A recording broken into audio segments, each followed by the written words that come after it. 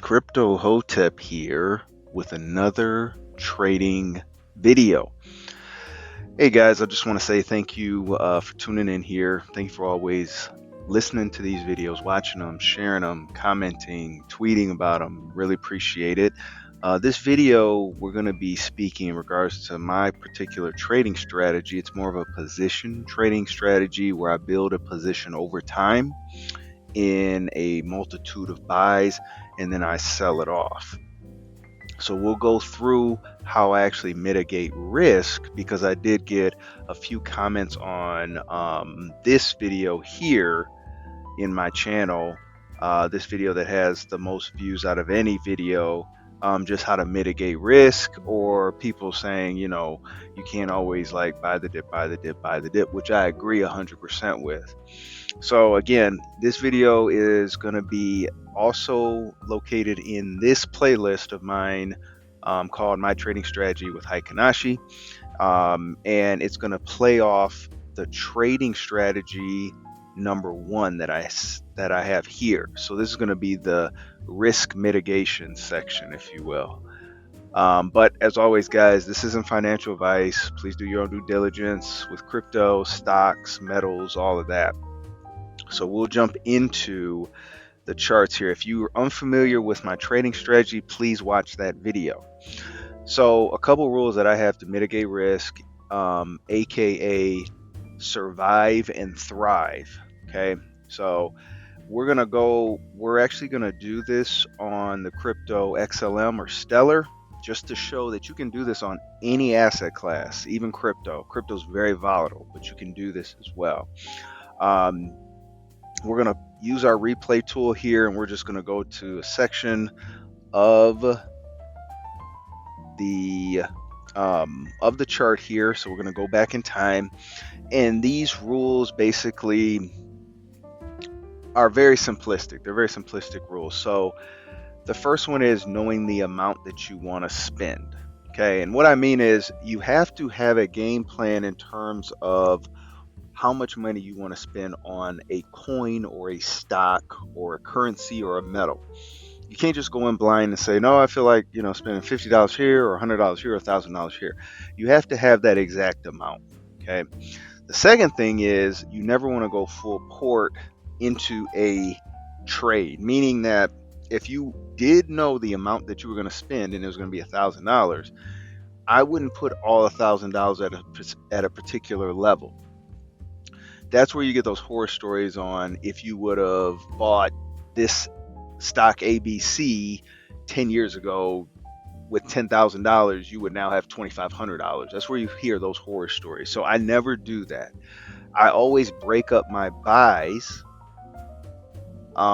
with the total amount that I'm going to spend in mind in 4 increments, 4 or 5 increments. So meaning, in very simplistic terms, if I have $1,000 to spend on XLM here, for instance, then I'm going to break my buys up into $250 per level, or per strategic area that I want to buy. Point blank, period. This will help mitigate your risk and your downside risk as well, because with my strategy, I do buy on the dips also. Okay. And again, if you're unfamiliar with this, please go to that first video, because it will explain it fully, because it'll actually talk about the trading strategy. And as always, guys, my trading strategy is particularly good for people with jobs, with like 9-to-5 jobs, I should say, that people that can't really like focus in on the charts and kind of do what day traders do, because I'm not a day trader. It's more of position trading that I do, and I position trade across forex, crypto, stocks, all asset classes, and it's very stress-free and very easy to do. And the weekly charts right here, they help me do this because I don't have to be so glued in on the charts, and I can see how price is moving throughout the week very easily.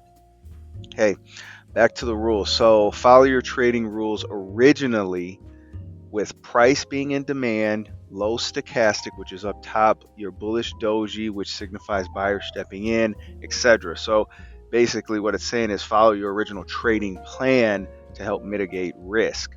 And again, that trading plan that I have is in that first video. Stay patient. So, and I spelled that wrong on purpose. So the biggest thing with my strategy is patience. Patience is key. Sometimes I won't be in a trade, or I won't be buying anything for weeks to months just because I'm waiting for particular levels to get hit and for those levels to show that buyers have stepped in. And then that plays on the second rule, is you don't always have to be in a trade. Like cash is also a position. So good thing is with Coinbase, for instance, with crypto, you can have your money just kind of chilling in USDC, which is a crypto version of the dollar, and it'll earn some APY. Again, it's not a lot. You're not going to be building wealth with it, but it's good to earn something that's pretty quote unquote safe, if you will. And then don't be scared to change your target, i.e., your target being your profit target. Okay, so we'll go through this right here. So with stellar lumens, we're going to pretend that we're going to that we're back in time. So we're in August 2021, right? Or I should say May 2021 right here. And we're going to mark up this chart, okay, as if we are going to trade it. Okay, so the first thing we want to do is, and I'm going to move a little quick with this because again, I've explained this in other videos. Okay, and I may not change the colors of my levels, but again, we first and foremost is we're looking for our floor and our ceiling first and foremost. Okay, so we have our floor. This is our demand level right here. Why is it our demand level? 1, 2, 3 bullish candlesticks before your bearish candle right here. So this will kind of signify a demand level right here. We'll go into our line chart, see if that also shows bullish movement, which it does, and we have a nice support point within our demand level. In addition to that, we'll find our ceiling, and we'll move our rules up here. Move this up here just so we can keep it full. Our ceiling is somewhat right here, and again, just the total opposite, 3 bearish candles to the downside before a bullish candle up. We'll go to our line chart. Our line chart's here. This is a good point right here, a good support point. So what we're going to do is we're going to bring our zone up to encapsulate this resistance point. I said support. This resistance point right here. This is resistance, okay? So your resistance point, there should be a resistance point in your supply area up top, just like there was a support point in your demand area below. So basically our first thought right here is, hey, if price shows some bullish presence here, this legitimately would be a buy in this area. We had bullish sentiment up top. Let's see if we can get some bullish sentiment below. If it doesn't, then guess what? We're going to be waiting. Okay, and also I would draw a demand area right here as well because it covers my rules. 1, 2, 3 bullish candlesticks up before a bearish candlestick prior. Okay, and let's go to our line chart. Let's mark a support point right here. That looks good to me, and it is within our demand point, our demand zone, I should say. Okay. And we are going to hit play, and we're going to see what price does here. Okay, so price is just slicing through this demand point, and I'll pause this real quick. So this is another reason why I don't, when I'm trading, when I'm position trading and not dollar cost averaging, because those are two different things. When I'm position trading and not investing, right, this is why I don't blindly buy the dip. So you'll see on Twitter, Reddit, even maybe TikTok, I'm not sure, but you'll see a lot of people saying, oh, buy the dip, buy the dip, buy the dip. Me, I never blindly buy the dip in any level. I have to see this area showing bullish pressure, meaning it has to show something like this candlestick in there for me to buy. It doesn't, and then guess what? If you would have bought the dip just blindly here, you're already in the negative here on your position right here. And that's why you have to be very strategic with these buys. And this is why we go back to the rules of staying patient, right? And not always wanting or having to be in a trade. Okay, so we're not in this trade. We're not in any trade yet. We're still waiting. Let's hit play.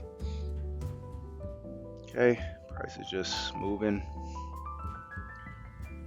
I'm gonna speed this up just a little bit. We'll do 5x. Okay. Okay. So when price does this, where it hasn't touched our demand level, but it's created another demand level, which is right here. So we're going to draw that out. We're still not in a trade yet, though. So we're still sitting on our hands. And we'll go back to our line chart, mark our point down, which is right there. That looks good to me. This is within our demand level. We can see that right here. So here, our rules stay the same, very consistent. If price comes back down in here, we can buy this. If it doesn't, then we're just sitting on our hands. Okay. Let's see what happens. We might see a rejection. Yes, we do. Little rejection. Yep. Bearish doji. Price coming down. Down. Okay, we have a retest. The retest. Price is coming.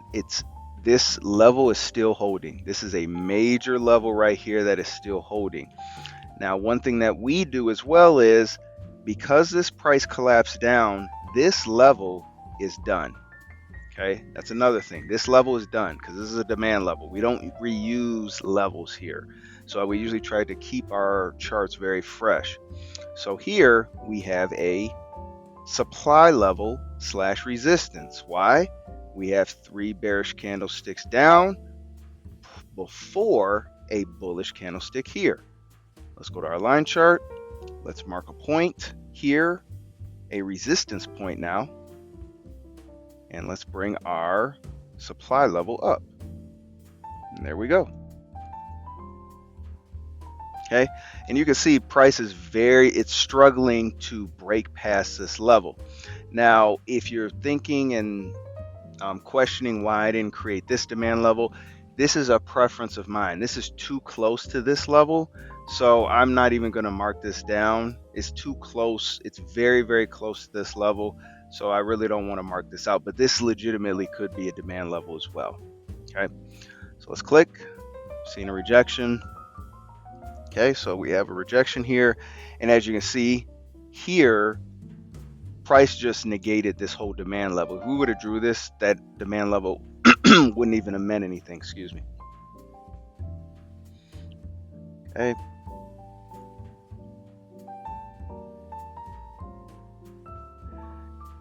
And let me pause this again. You could have bought this right here, but it didn't really touch our demand level here. But you could have bought this level, but we're going to play off of us not buying it. Price has to come into our demand level, which it didn't. Okay. Retest. Okay. And so now we stop again. We remove this level because we have candlesticks to the downside. This level has collapsed. This was a demand level. It's collapsed, so it's no longer valid. This level, though, is, and this is a supply level. Okay. And so let's mark this down. In addition to that, you also have this level as a supply level as well. You can mark that down also. But again, it's preference because it's so close to each other. It's how you're actually feeling. If you're feeling like it'll make significant move for you to do that, go ahead. If not, I probably wouldn't just populate my chart with all these levels here. Okay, let's go. Okay, we have a retest here. Again, price has not come in, unfortunately, into our level yet, so we're waiting. We are waiting. And this can be hard because you're like, oh, price came so close and I didn't pull the trigger. There's been times where that has happened. There have been times when that has happened. So we're just waiting. Okay, price rejects, continues rejection. And then this is why you wait, because it didn't really get into this area. Now, if you look at it, It hit everything else though. The slow stochastic is in oversold territory, right? So the oversold territory again is anything below 20 on the slow stochastic, and overbought territory is anything above 80. So below 20 is here. It's in dangerously low levels here, but it didn't tap into our demand level. So unfortunately, we are waiting.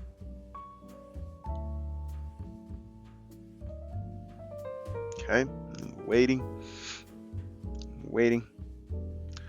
I wouldn't buy this candle. Would not buy that candle. Waiting. And again, this is falling into our rules here. Okay, and so when we have price collapse a little bit under the demand level here, I personally just wait for a rejection or reclaiming of this level before I do anything with this demand level. So something like this, we had a decline, dramatic decline here and here past these demand levels, right? So this used to be a demand level, then we had a retest and then a decline. So that demand level was gone.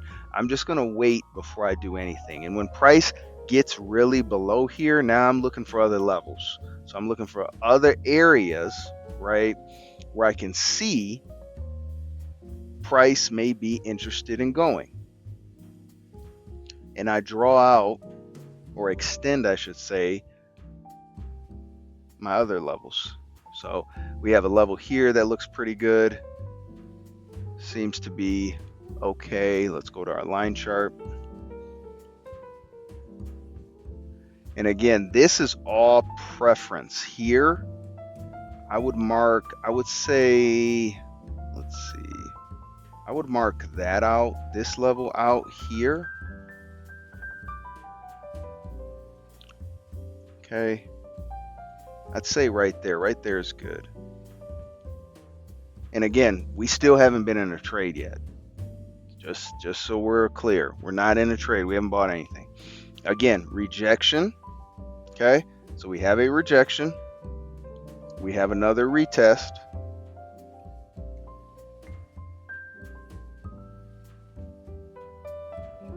Okay, and now boom. Okay, so now we're in this level here, and I can take, again, we're going to take this off. This was a demand with a support point, but it is invalid now. Now we have another supply level right here. And why do we have that supply level? Because we have 3 bearish candles to the downside before a bullish candle. Let's go to our line chart. Let's mark a resistance point. And this one sticks out like a sore thumb right there.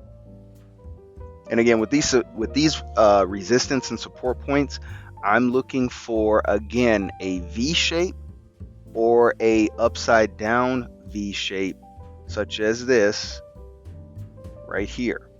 Okay, those V-shaped moves signify high bullish and bearish pressure. Okay, so currently we are still not in a trade. We're still waiting, but price has come back and tapped into this demand level, and now price is in the demand level again. Okay, now here we go. Let me pause this now.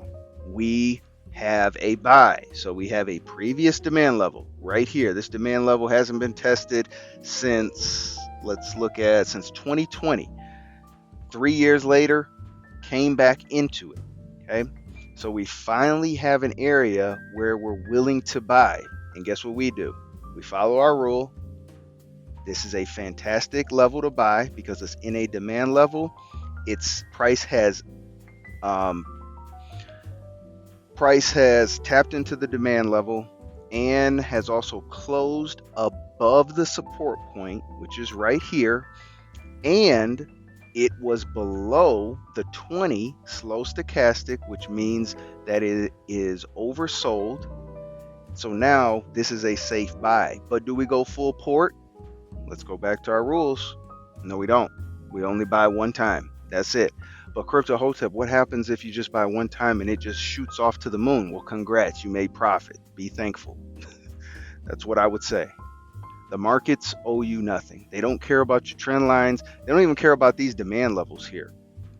Okay, so when you do actually have a successful trade and you're just not all in it, be thankful for those profits. Okay.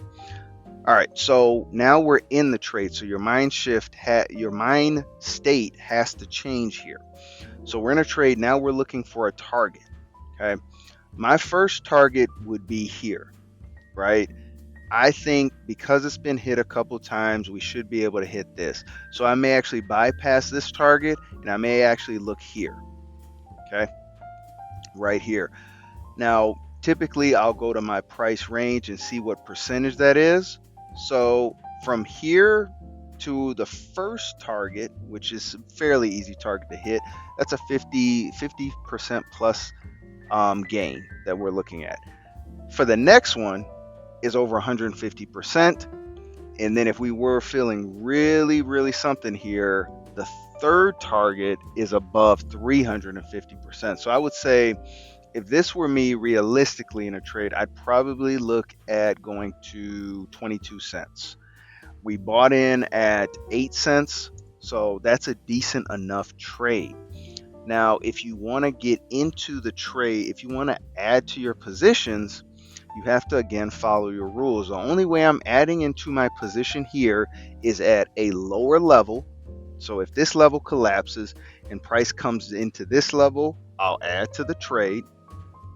Or if price comes up past this level and then retests this level. So if price comes through this, looks like 12 cents level, and then comes back and retests this, then I will look to add to this level. Okay, but if it doesn't and it just trades in between these two levels, I'm not doing anything, but I'm sitting on my one buy here. Okay, but let's keep playing here and let's see what happens. Okay, price just keeps moving along. I might speed this up just a little bit. Okay, so price retested the level. I'm still not buying anything as of yet. Okay, now here, price has blown past the 12 cents weekly level that we had. We said that would happen. Okay, so now we have to look at the slow stochastic. Okay, where's the slow stochastic? Your slow stochastic is above the 50. I still wouldn't sell anything in relation to this, to Stellar Lumens XLM trade right now that we're in. I wouldn't sell anything as of yet. I want to wait till we are at overbought status. Okay, and overbought is anything above 80 on the slow stochastic here. So we're waiting. Again, just like what we were doing when we were buying. Okay, we still haven't added to this position, so we only have one buy as of right now. Another thing is if price comes back down, so as you can see, it's playing around this level, just like it was playing around this level back here. Again, my rules still apply. So if it plays around in this level and doesn't fully decline, I can add to this level if it reclaims this area, which is 12 cents. And reclaiming means that it closes not only above the demand level, but it closes above the support point. So let's see what happens. Okay, nope, hasn't closed yet. So it's rejected, but it's still hanging around. Nope, hasn't closed yet. Nope, hasn't closed yet. Still rejecting.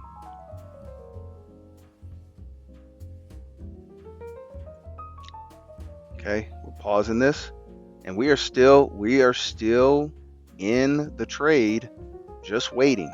We're just waiting right now because price is still hasn't collapsed down past the demand level, but it's still not above it. So it's still doing that manipulation move here. So we're still waiting. Okay. Nope. I still wouldn't buy this because even though price closed above the demand level, it still didn't fully close above this support line. Okay, we're still waiting. So I would buy this. This would constitute a buy. This bullish candle closed above the demand level and closed above 12 cents. That signifies for us that buyers are in. So we can buy that. That's not a problem. Okay. And let's play.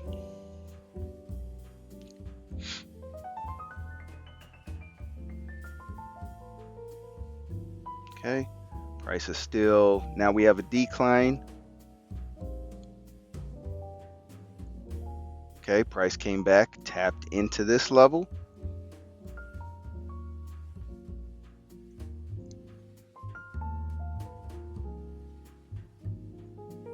And we can extend this out.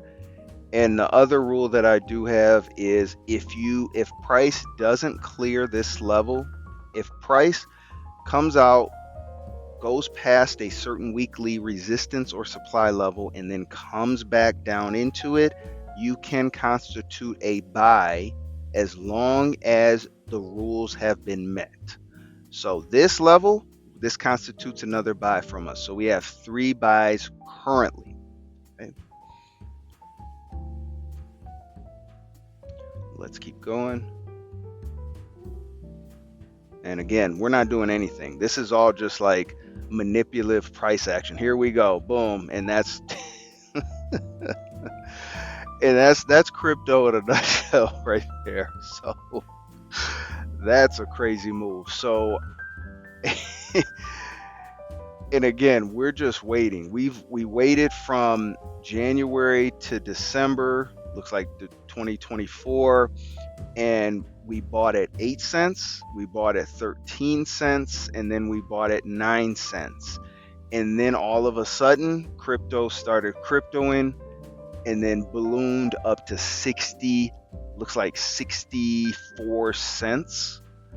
Now, we probably wouldn't have sold at the top, and if I'm being honest, this still didn't hit my oversold on or overbought on my slow stochastic. So it really wouldn't constitute a buy, but one of the outliers of my rules is if you see gigantic price action right here doing this, you're good to take profits and get out. Like, this is a very huge price action that you should definitely take profits on. So I'd probably take profits. I don't think I would have called the top at 63. Maybe we close at 60 cents or something like that. Either way, we would have 5x'd our money right here on this trade. Okay, so again, it's a slow and steady way of trading. It's very, very simplistic, and it requires a lot of patience. Again, the rules, knowing the amount to spend that you want to spend on this particular stock or share or crypto, never full porting or going all in. Again, as you saw, we quartered out our buys and we weren't even fully allocated in. We only had 1, 2, 3 buys, and that's it. And I would have been happy with that. Follow the trading rules originally. The only way we were able to buy is if price came into our levels right here and they were oversold right here and right here, or if price reclaimed a certain level and closed above it. Right? Staying patient. That's what we talked about. Not always having to be in a trade. More than half of this time, we were just waiting. That's all we were doing. And then not being scared to change our target. We didn't really have to change our target here. We kept it the same, and you can see price definitely respected these levels, as you can see here. So again, guys, I hope this was very helpful for you with how to survive and thrive in the markets, because that's the biggest thing, is surviving and thriving. If you want to see any more videos like this, feel free to like, subscribe, comment, let me know what you think, guys. And as always, thank you and happy trading, guys.